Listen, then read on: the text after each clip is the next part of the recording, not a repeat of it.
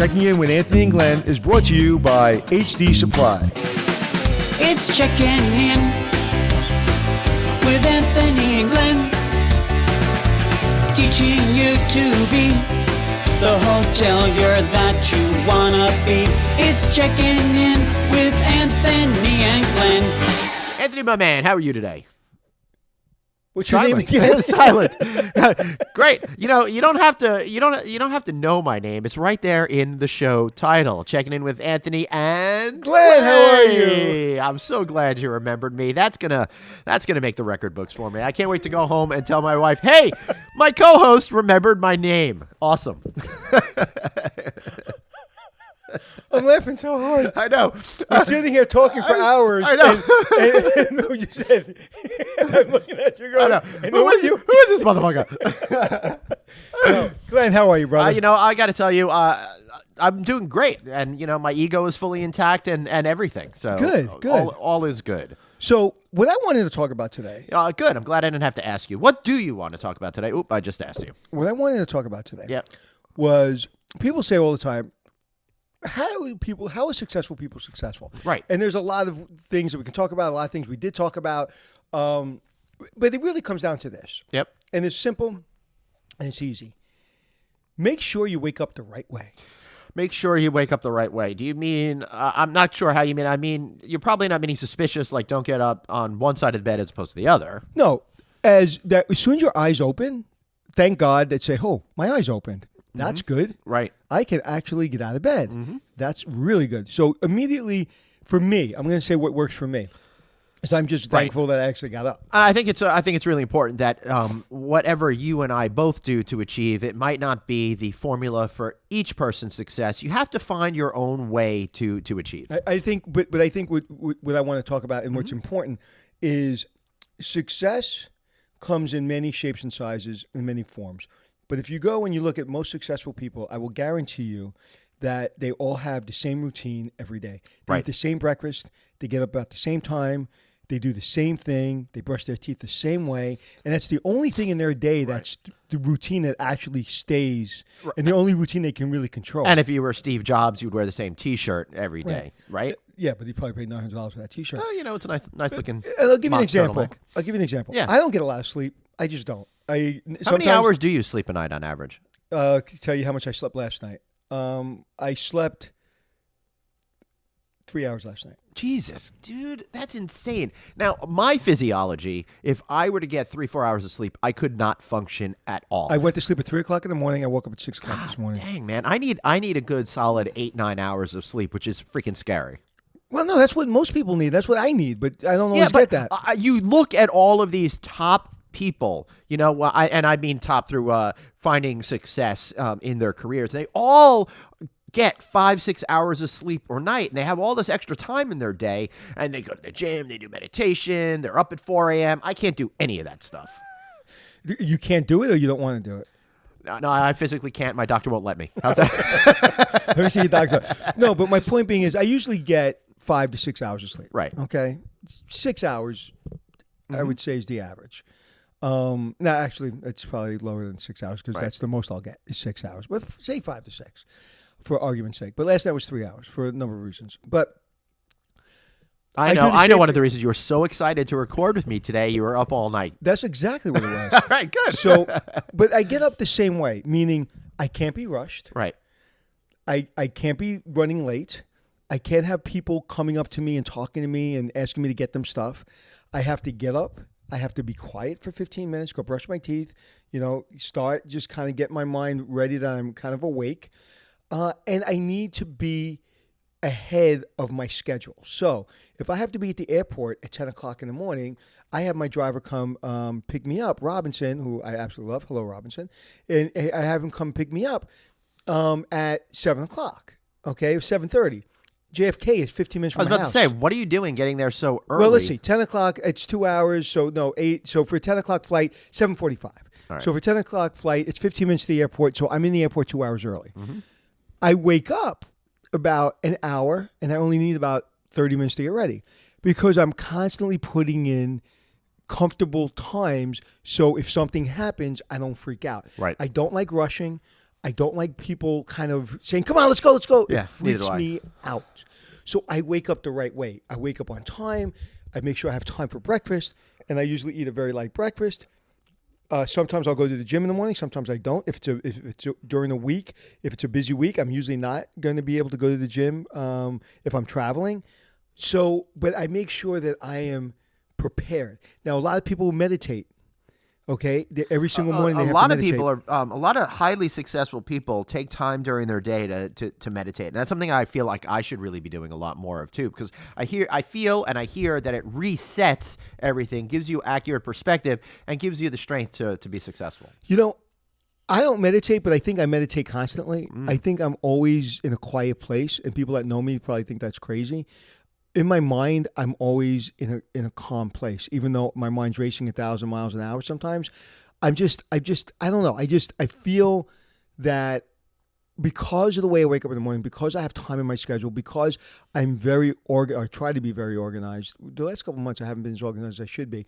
I feel that there's just time to get through all the problems and issues of the day. So that really, really helps me. I know a lot of people that meditate. I know a lot of people that want to be isolated for an hour. I know a lot of people just go read a book and have coffee before the day starts. But getting up early, to me, is the number one most important thing. I'm dealing with my children right now. Right. You know, who gets up early, who doesn't get up early. You know, one of my daughters doesn't get up early, and she's always running around the house. She's always running out of the house, stressed out of her mind. She's always forgetting something, and then I'm sure that carries into her day. If you wake up early and you start your clock in a very peaceful way, I think that really translates to your success. Right, I agree with you. I'm a big believer in getting up early. There's something about it. I hate getting out of bed before the sun comes up. But once I'm up and I sit down and I start to have that cup of coffee, I'm thrilled that there's so much perceived time ahead of me to do an accomplishment. Now, my kids have to be on bus. They just started 9th grade this year. I have twin boys. They have to be on the bus at 6:30 in the morning. So instead of whining and complaining about it, I get up in the morning. I get them out at 6:30 in the morning, and it's only 6:30. And I could be at my desk when I work from home by 6:32, and I could have 8 hours of work done by the time my kids get home from school at 2:30 in the afternoon, and I feel like I'm accomplishing so much just by starting earlier. So that's funny. I start early. So say I'm working from home. I start early. I make sure I have my breakfast. I go sit in my car near the water because I'm fortunate enough to live near the water. I go a couple blocks away. I sit near the water.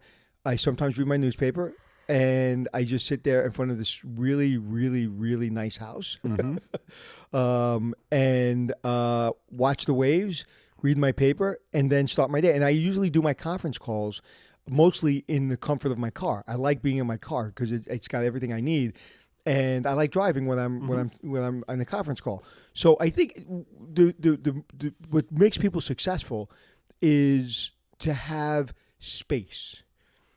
And what I mean by that is when I travel from city to city or state to state or country to country, is I give myself enough space to get there. I give myself enough space to when I get to the hotel room, when I wake up in the morning. I don't allow anybody to take control of my time. Right. To this day, my team, a lot of people I work with want my schedule. I don't give anybody my schedule. It's like, well, no, we'll put it on. It's easier. No. It's my schedule. Right. And only the person that knows my schedule is me. Because I sometimes, and don't hold this against me, but I sometimes lie on my schedule. And where I say I'm in a meeting or I'm going to be traveling, or I'm not. I'm Right. in my house for 2 or 3 days, Right. but nobody knows that. Well, you need that time too. It's really essential, and I think we have a tendency, especially here in the 21st century, to overschedule ourselves. We think that we're working towards the goal of success in whatever it is, but it winds up working against you. You know, it's funny because people say, Andy, you're so busy, you're doing this, you're doing that. I'm not overscheduled. Right. Like even when I'm at my busiest, I'm never overscheduled. I don't know what that means. This is what I need to do to run my business. This is what I need to do the shows or whatever I'm doing. But the way I wake up in the morning, the way I travel, the way I give a lot of time in between to just sit around and just wait for a plane or whatever, gives me my meditation. I had to run through an airport a couple of weeks ago. I don't think there's very few feelings I hate more than running through an airport. Ugh, it's Gross. I can't stand it. I had a 20-minute connection in Atlanta, and I had to take the bus system, the subway system that they have underneath, and just the fear of missing the flight was just so much for me because I'm just like you. I need to be there 90 minutes before the flight. I leave my house 3 hours before the flight takes off because I don't want to be freaking out on the Belt Parkway when there's traffic. Right. Well, I was in Tirrena, and the gentleman picked me up, and he said, the flight's at 7:00. I'll pick you up at 6:00. It's only 20 minutes it's only 20 minutes to the airport. I said, no, can you pick me up like an hour before that? And it's like, no, you'll be fine. I get there 5 minutes before. I said, if the tire goes out, if I have a stroke, I still have a half hour to get to the hospital. If you hit all the red lights and it doesn't go your way. It's like, so the whole point of this is when I've been thinking about success and what makes successful people really not only have a little bit of success for a short period of time, but really thrive throughout their whole career, it comes down to the way they set up their day. Right, and I want to talk a little bit more about setting up your day in just a second, but first we're going to take a break from our sponsor, and we'll be right back.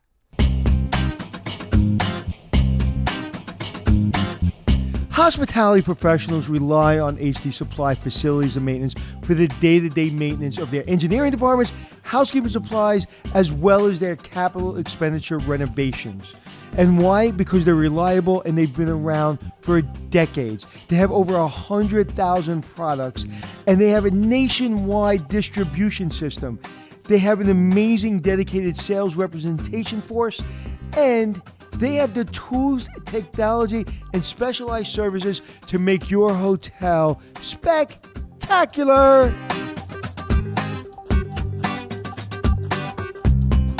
Hey everybody, Glenn here. So listen to this. Cobblestone Hotels is celebrating their 10th anniversary, and man, have they accomplished a lot in the last decade. Already they have more than 150 hotels throughout the United States, but they're in smaller and medium-sized markets. Those markets that the big franchise companies, they're underserving, they're overlooking, and in some cases just ignoring. But Cobblestone is an expert in these markets. And their president and CEO, Brian Wagernes, listen, I've gotten to know him in the last 10 years, and he has worked every job possible, including being an owner and operator. I can personally vouch for how awesome this company is, how awesome he is as an individual, because he understands the importance of finding the right combination of hotel brand and franchise owner. He's also an incredibly dedicated professional. Whether it's a Cobblestone Hotel and Suites Main Street design, Borders Inn and Suites, or one of the newly acquired brands such as Boulders Inn and Suites, Key West Inns, Centerstone Inns and Suites, Cobblestone has brands that range from economy to upper mid-tier, and one that's right for you. Quite simply, Cobblestone Hotels is the franchise for franchise owners. Patrick Mullenix, well, he's Cobblestone's new president of franchise development. Give him a call or check out their website at cobblestonefranchising.com. But give Patrick a call. He's a great guy. I've known him for a really, really long time, too.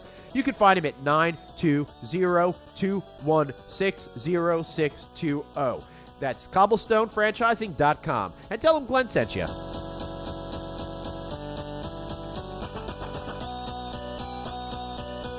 All right, so we're talking about setting up your day in order to be successful, Anthony. So we already talked about getting up early and trying to get it started right. What else are you thinking about? Well, I think for me, my hour break during the day, whether it be when I'm working from home, working in the city, or I'm working on the road.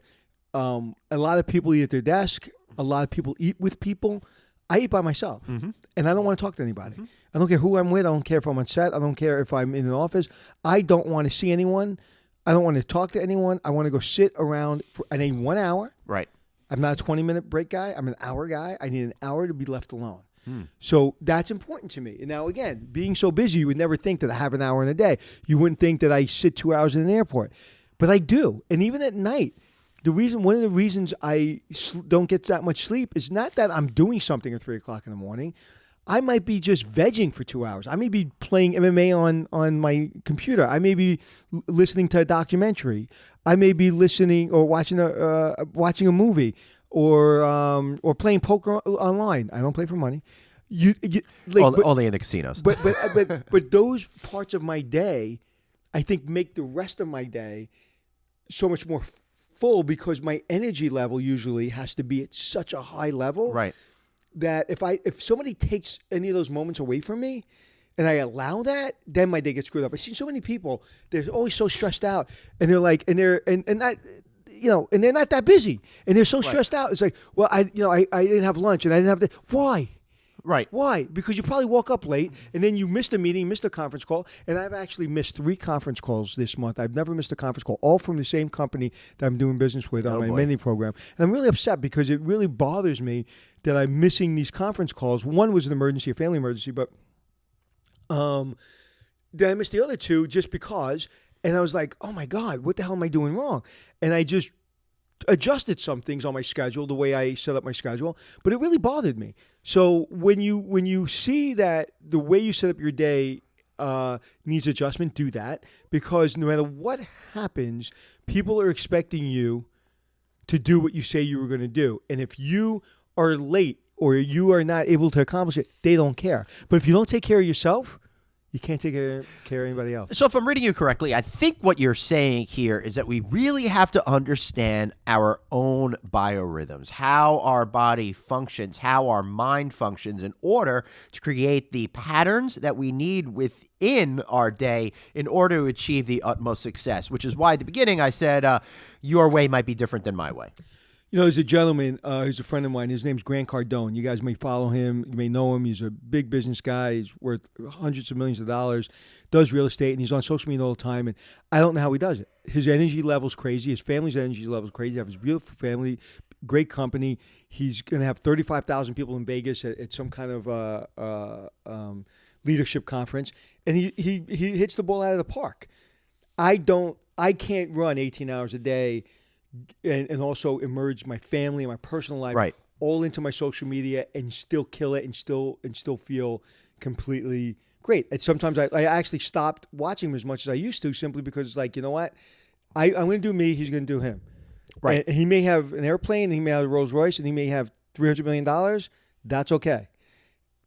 I don't know if that's what I want. All I know is I don't know how he does that. I wish I did. I wish I did. But you do have to know what you are not only capable of, but setting up, like I said, those systems in order to help you find success. Now, for me, that translates into always having a sense of control. And in order for me to have that ultimate sense of control, I need to have a lot of lists, right? And I spent a lot of years saying, oh, I'm going to remember that. I'm going to remember that, and not remembering that. Now, anytime something happens, I write it on a list or put it in my calendar immediately. That way, I don't have to worry about forgetting stuff. I don't have to worry about anything, and it allows me to focus on the task at hand without burning all that extra brain energy on extraneous stuff. I try to put it in somebody else's ball. Me too. In somebody else's lap. Say, hey, can you handle that? Okay. I always try to have somebody else handle something for me. And it's like, all right, so you want to call next Thursday at 3 o'clock? Do me a favor. Can you send me a text? But don't send me a text today. Send me a text tomorrow. Right. Monday, I know I'll be on the way to the airport, and I'll get that text. I'll put it in my calendar. But if you send it to me today, I'll probably forget. So can you do that for me? Sure. I usually say, hey, would you like to send a calendar invite, or should I do it? And then they usually do it. Yeah, if you ever ask me, it'll always be you. Yeah, I've noticed that. Now, you didn't need to actually say it on the microphone for me to realize that, but yeah, and I'm done with it. You know what? I don't know if I know how to set up a calendar invite. I've never done one. Yeah, it took me a while too, and I still and for those of you who use Outlook out there, I always confuse the appointment thing and the meeting thing. I never know which is which. I don't know. I know. All I know is I sit on the board of directors of my university, Park University, and I remember I hit something the wrong way, and I responded or re-invited everybody to a meeting, and I walked into this meeting in Kansas City, Missouri, and they were all making fun of me. Right. So really, it's simple. This is not one of the longest podcasts we had, but it was important for me to talk about this. Well, the way you set up your day is the way your day goes. I've got a couple of other things that I could add to that. I also, at the beginning of my day, I like to deal with the stuff that uses much more brain power, stuff that I need to be focus on a little bit harder. So for me, all right, so I schedule my day. So I do the more complex stuff at the beginning. For me, that happens to be writing articles. I'm always really much more in the zone after that first cup of coffee hits, and I'm able to knock out any editorial copy that I need to do. Then after that, I'd like to record podcasts. Then after lunch, I'd like to follow up with some of the tasks I don't need to use my brain for as much, responding to emails or promoting our podcast and do those types of chores. So it's an understanding how you work and then finding the way to organize your chores throughout the day that works for that biorhythm that I was mentioning. Right. And if you feel out of control and you feel your rhythm is off and your day is not in your control, you have to make adjustments. I know there's a lot of people out there. They have to drop their kids off. They have to get to work. They have to eat a half-hour lunch. Then they got to get out of work, and they got to go pick up the kids, and they got to make dinner, and then you got to get home. And they do it over and over and over again. And on the weekends, they're shuffling kids here, shuffling kids there. And, yeah, we all do that, and we all deal with that. I could never do everything. You know, I can't cook dinner, and all the household stuff. I'm not really great at all that stuff. But I know that if you don't take 10 minutes of your day or an hour of your day, no matter how busy you are, you're always going to feel out of control. Right. And for me, that means being organized first thing in the morning, taking a deep breath, looking at my day, seeing how it's going to work out, and planning what I'm going to do when, with the understanding that nothing ever goes according to plan. And you're going to get that email, you're going to get that phone call that's going to probably screw up your schedule. But like what you said, creating those spaces allows you to prepare for that before it even happens. Yeah, I do the same thing when I run a hotel. I'm always giving myself a lot more time to accomplish things that I really need. I don't like false deadlines. When people say, when's it due? I said, when do you think you can get it for me? Well, next Monday. Are you sure? Well, can you give me till Tuesday? I can give you till Wednesday. Yeah. So, I hate false deadlines. I'm in a rush all the time, but I'm never rushing. Right. That's a great way of putting it. And so I'm a busy person that doesn't look busy. Right. That's the whole thing that you said about always putting it back in someone else's court. When somebody sends me an email or I have to do something, I just want to get it off my plate so they have to worry about it and I don't have to worry about it. As we're sitting here recording this podcast, I've been on the road for a lot of weeks straight. I'm a little bit behind. I know I owe emails to people. It's been more than 2-3 days for a few of them. I'm dying on the inside that I'm having these people wait. And the worst is when they send me a follow-up email. Oh, God, I hate that. But you know what? You can only do what you can do. I know, and I try not to give myself too much crap over it, but, be busy without looking busy. Right. Because the last thing you want to do is when you're talking to somebody, it looks like they have 100 things on their mind. You have to be in the moment. The greatest thing that you can give someone is time. Right. And listen. And listen like with the intent to learn and to pay attention. Don't listen with just trying to get to the next subject. And I think I've learned that over a long period of time. And by giving myself space, as you said, during the day, it allows me to listen better. I'm still not a great listener, but it's giving me, I'm trying to become better. And the only way I can do that is get up in the morning the same way every single day.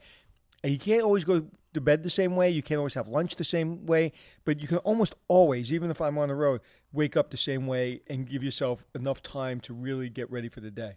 Right. And I think that's really smart advice. Anything else on this topic, Anthony? Yeah, there's one thing. Oh, yeah? What's that? I want to know what's something I don't know. I will tell you something that you don't know about me. I don't feel I drink enough alcohol on planes.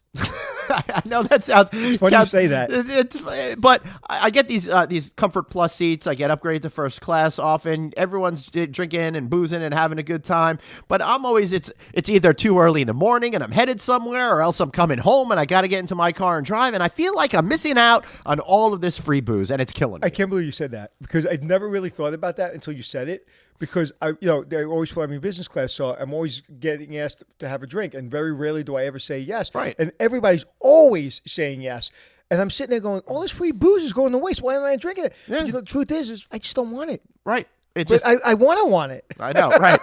Yeah. I want to drink on a plane. I know. I'm always so disappointed in myself when I'm like, I'll just have some more water. Right. Yeah. Oh, you know how many times? 90% of the time, like, can I get you? What do you want for breakfast? Nothing, thank you. Can I get you some peanuts? No, thank you. I always bring my own water. I always have my own bottle of water. And I'm like, would you like some water? No, I'm good. Like, I think I frustrate the flight attendants, because I'm just like, no, I'm good. I'm very prepared. I've eaten because I may not like the food. You know, and where I'm going, I probably don't want to overeat because I don't want to feel sick. I probably have to work when I get there. But that's interesting. Yeah, it's funny that you're like that too, because none of my other friends are. I'll tell you that. So, Anthony, tell me something about you that I don't know. I don't know, Glenn. You got me. I wasn't prepared. Hey, finally, I'm the one. Unfortunately, he's joking because he's always prepared. I can travel for 14 days straight and not talk to anyone in the airport or on an airplane. Yeah. I put my headphones on. I'm done. I don't talk to anyone. I'm not rude. People come up and take pictures. I'm pleasant. I'm happy. But when I get in the seat, I put those headphones on, man, and that's my key that like I'm headphoning, man. Don't talk to me. So and it always fascinates me because I travel sometimes with some friends or I'll see some friends and they talk to everybody. Right. And I'm like, I don't want to talk to anyone. But I do want to talk to fans. Like if a fan approaches me and says, "Hey, tell me about the show," I could talk all day to fans because wow, you've taken time out of your life to spend watching my show. I can spend all day talking to fans. So don't ever not approach me if you notice me in an airport or a restaurant. I will talk to them all day. It's when I'm sitting on the airplane and the person next to me, we're going to talk small talk for 2 hours. When That's I don't the worst. give a shit. That's the worst. You got to establish those rules quickly. Headphones. I do the headphone trick too. I don't even need to have anything playing in the headphones. No, I don't. I put them on first. Right. I wanted to establish that we're going to give each other, "Hey, how you doing? Good to see you." And that's going to be it. That is going to be it. Even if I'm married to you. That's it. But how many opportunities are we missing? We could be sitting next to the know. person that changes your life. Dude, I'm telling you, back in the day when I used to be much more chatty, I had some great conversations and stuff with people on the plane that have yielded experiences and fun in my life. So we're missing out, Glenn. No, I'm not. I'm sounding like you now. I'm whining, Glenn. I know. Yeah, stop being such a bitch like me. So tell everybody where they can find you, Glenn. All right, you can find me at Traveling Glenn on all of the social media. And what about you, Anthony? You can find me at Anthony Hotels anywhere you want to be on the internet, and you can find us at Checking In with Anthony and Glenn anywhere you want to find That's us Facebook, on the internet. LinkedIn, all that kind of good stuff. Please give us a 5-star rating on iTunes. We'd love to hear from you. And if you do that, we'll reach your name on the air, and you can share that with your family and friends. Like, it's a big deal. All right, you want to wrap this one up today? I know you've been dying to. I've been doing it too much. That's it for Checking In with Anthony and Glenn. So on behalf of Glenn, I'm Anthony, and we're out. No, you're supposed to say thanks for checking in. Oh, that's the name of the show. You get it? You see how that works? No, I understand, but that's yours. Why would I want to steal yours? That's how you end the show. All right. Why can't I have my own power? I'm Glenn? so sorry. I didn't mean to step I'm on your creativity. I'm glad that you want to take control. I'm going to do it again, all right? All right, here we go. go. In 3, 2, 1. So on behalf of Glenn, I'm Anthony, and thanks for checking in.